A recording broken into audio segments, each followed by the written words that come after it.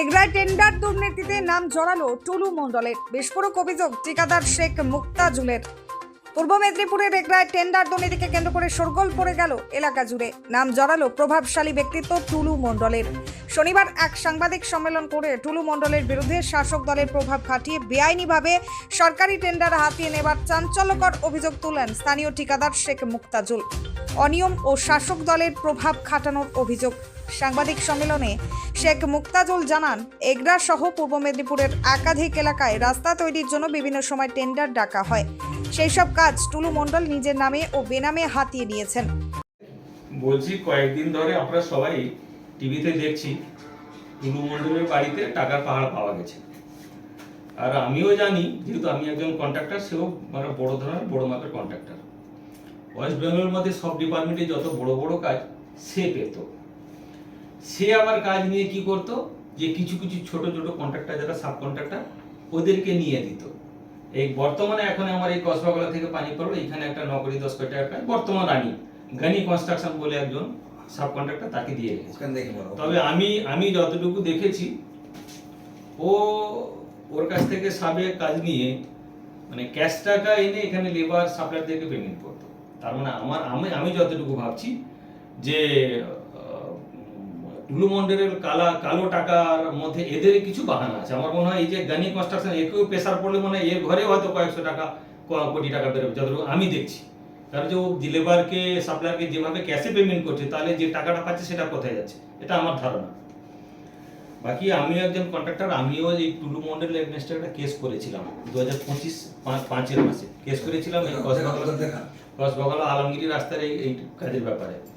তো তার অর্থ যে কাগজ মানে অফিসিয়ালি যে কাগজটা টেন্ডারে চায়, তার অনেক কিছু কাগজ না থাকা সত্ত্বেও তাকে কাজটা পাইয়ে দেওয়া হলো। টুলু মণ্ডল মানে ওই মণ্ডল সাবুদ্দিন বাবুজি। কোন ডকুমেন্টস আছে? কোন কনস্ট্রাকশনটা করছিল? ওটা কনস্ট্রাকশনটা হচ্ছে Mondal stone product private limited. এটা কি টুলুর কন্ট্রাক্ট? টুলুর ওরা ইয়ে আছে। ও ওই কাজটা যে পেয়েছে, ওটা হচ্ছে তার ওয়ার্ক অর্ডার। কাজটা যে পেয়েছে, কাজটা সে পায় না। বলে আমি যখন কমপ্লেন করতে যাই, আমাকে অভিষেক বাবুর অফিসে ডাকা হলো। 3-4 ঘন্টা বসিয়ে রেখে সুমিত এসে বলল, দাদা আপনি একটু বেশি লাফালাফি করছেন, আপনি কেসটা উইথড্র করে নেন, আপনার বিষয়টা আমি দেখছি। আপনি কি টুলুর বিরুদ্ধে অভিযোগ করেছিলেন? হ্যাঁ, আমি হাইকোর্ট করেছিলাম। এই হাইকোর্টের সব যাবতীয় ফাইলটা সব আছে।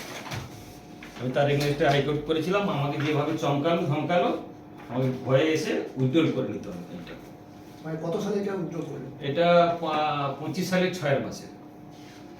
বলছি, যেটা আপনি বললেন যে সুমিতটা কি? সুমিত্রা হচ্ছে অভিষেকের দালাল। ও কি করতো? ওর দালালি করতে এখান থেকে সেখান থেকে টাকা পয়সা তুলে এনে দিত। কাকে দিত সেই টাকাটা?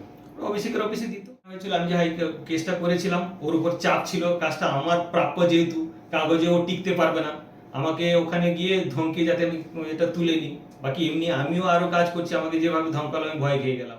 পুরো সরাসরি যোগাযোগ ছিল। যদি এই বিষয়ে আমাকে কমপ্লেন করতে হয় থানায়, আমি পুরো একদম লিখিত জমা দিব যে সম্পর্ক ছিল। আর বাকি কিছু অফিসারদের মধ্যেও আমার মনে হয় আছে, সেটা আমি হয়তো নামটাম বলবো না। আমি যতটুকু জানি, ওখানেও কিছু যদি খোলতে হয়, ওদের ঘরেও টাকার বস্তা বেরোবে। তবে নাম বলবো না, যদি সুযোগ হয় দাদার টোল ফ্রি নাম্বার আছে, দাদা মাসে একবার কোথায় বসেন, যাবো দেখা। দেখুন, আমরা যেহেতু কন্ট্রাক্টর, আমরা জেনে শুনেও হয়তো বলতে গিয়েও বলতে পারি না, আমাদের অনেক দুর্বলতা থাকে। আজকে বাধ্য বলছি, 20 বছর ঠিকাদারি করেও কিছু করতে পারিনি। মানে একটা বড় কাজ ধরতে গেলে এরকম মানে বিপদে কোনোদিন আমরা এগোতে পারিনি, এটাই দুঃখ আর কি। টুলু মণ্ডলের সঙ্গে আপনার কোনো সময় যোগাযোগ হয়েছে? না, আমার কোনো সম্পর্ক আমার ছিল না, যোগাযোগও নাই। কোর্টে দেখা হয়েছে, যা এসে বলছে আমারও লোক গেছে, এরকম বিষয়টা। ওর এগেইনস্ট যেহেতু আমি কেসটা করেছিলাম। আপনি তো কন্ট্রাক্টই করেন, আপনাকে কখনো অভিষেক দপ্তর থেকে বা সুমিত কাটমানি বা কোনো কিছু চেয়েছে? না, সেরকম কিছু আমার সেই লেভেলে পৌঁছাতে পারিনি আমরা। অভিষেক সরকারি আধিকারিকরা কি টুলু মণ্ডলের কথা শুনতো? এখন আমি এই বিষয়ে যখন অফিস থেকেও বলেছি যে স্যার এটা হচ্ছেটা কি, আমার ডকুমেন্টস থাকা সত্ত্বেও আমি কাজটা পাচ্ছি না, ও পেয়ে যাচ্ছে কি করে, তো ওনারা বললেন আমাদের কিছু করার থাকবে না বাবু, আমাদের চাপ আছে। এখন যখন ওখানে গিয়ে বললাম, তো বললো আপনি বেশি লাফালাফি করছেন। সুমিত বলছে। অভিষেক ব্যানার্জি দপ্তরে কতবার ডাকা হয়েছে আপনাকে? আমি 2 বার গেছি। একবারই ডাকা হয়েছে, এমনি আমি অন্য কাজে আমার এমনি যেহেতু রাজনীতির সঙ্গে জড়িয়ে ছিলাম, একবার গেছিলাম। কি বলা হয়েছিল সেখানে? বেশি বলতো অফিস অফিসে ওখানে আমি বললাম যে এরকম দাদাকে এই বিষয়টা জানাবো, কাজটা আমি যেহেতু পাচ্ছি না, ওর এগনেস্টে কেস করেছি, তাও কিছু হচ্ছে না, কি করবো, যেহেতু আমি দলটা করি কি করতে হবে। তো বসুন বলো, 3 ঘন্টাখানি পরে সুমিত এলো, বললো যে দাদা বলেছে আপনি বেশি লাফালাফি করছেন, আপনি কেসটা উইথড্রল করে নেন, আপনার বিষয়ে আমরা দেখবো। তখন আপনি তৃণমূলই করতেন? হ্যাঁ, টুলু মণ্ডল এখনো এখানে কোথাও কাজ চলছে? এইখানে আমার ঘরের পিছনে কাজ করছে, 90,000 টাকার কাজ এখনো করছে, টুলু মন্ডলের হয়ে ওই গনি কনস্ট্রাকশন বলে সে করছে কাজটা, কিন্তু ওর নামে আছে, এ সাবে নিয়ে করছে। আমি মুখ্যমন্ত্রীকে অনুরোধ করব দাদা হিসাবে বা আমাদের মুখ্যমন্ত্রী হিসাবে যে এইটুকু দেখা, এইসব কন্ট্রাক্টরকে ধরলে আমার মনে হয় আরো টাকার পাহাড় বেরোবে, আমার মন বলছে। আর আমরা ভালো করলেও আমাদের পেমেন্টের ক্ষেত্রে বহু ঝামেলা হয়, তারা অর্ধেক রাস্তা করলেও তাদের স্পেশাল কোটা চলে আসে পেমেন্ট করার জন্য। Mondal stone product private limited. শুধু এটা আপনার ক্ষেত্রে পড়তো না, অন্যান্য কন্ট্রাক্টর যারা কাজ করছেন? আমি ভুগেছি বলেই বলছি, অন্যান্য কন্ট্রাক্টর কি তাকে এইভাবে ভুগতে এইভাবে হতো, যত বড় বড় কাজ তাকে স্পেশালি দিতে হবে। টুনু মণ্ডলকে আর অন্য কোনোভাবে আপনাকে কোনো ধমক দেওয়া, ভয় দেখানো এরকম কিছু করেছে? না।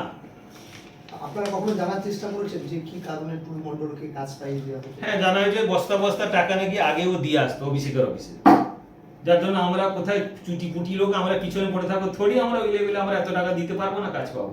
আপনার নাম? আমার নাম শেখ মুক্তাজুল, তাজ কনস্ট্রাকশনের প্রোভাইডার।